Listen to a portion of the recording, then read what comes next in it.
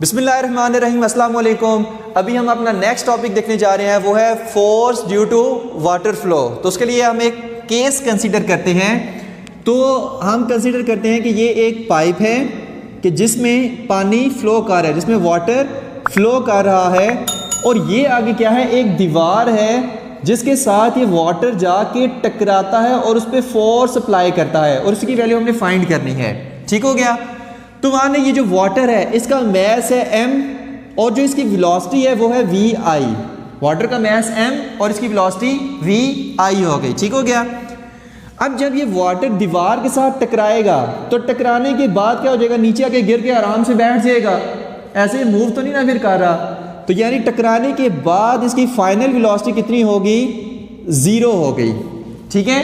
तो फिर बताएं कि जो हमारे पास वाटर है उसने कितनी फोर्स वॉल पे अप्लाई की, ठीक है, या कितनी वॉल ने फोर्स अप्लाई की वाटर पे। ठीक है। तो उसके लिए देखें कि फोर्स का फार्मूला क्या था, F is equal to M A. ठीक हो गया।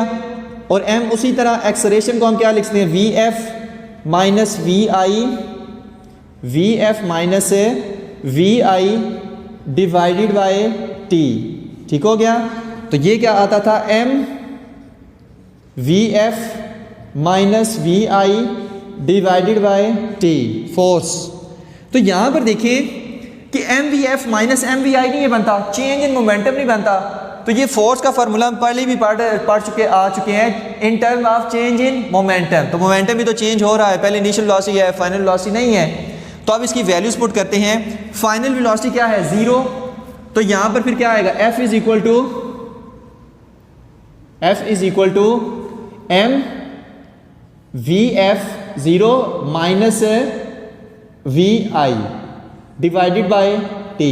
तो ये सिंपली आ जाएगा F is equal to minus M V divided by t।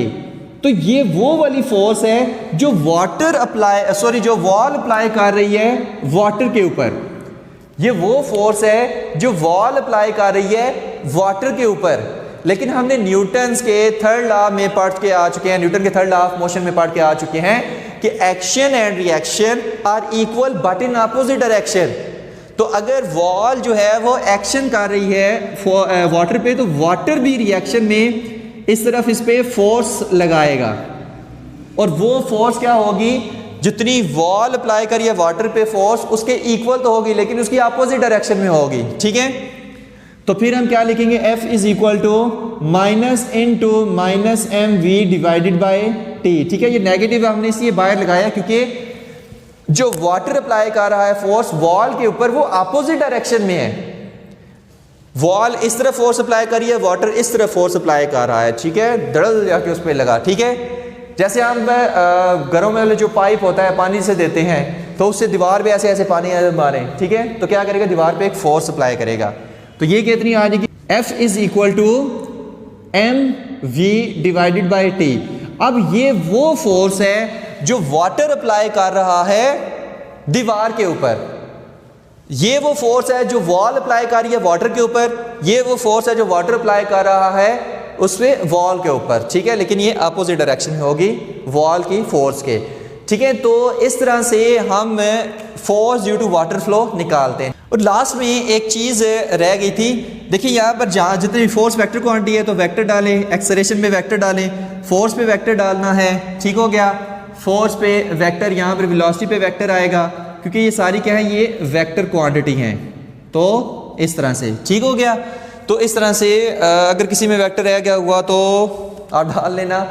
तो थैंक यू वेरी मच। अल्लाह हाफिज़।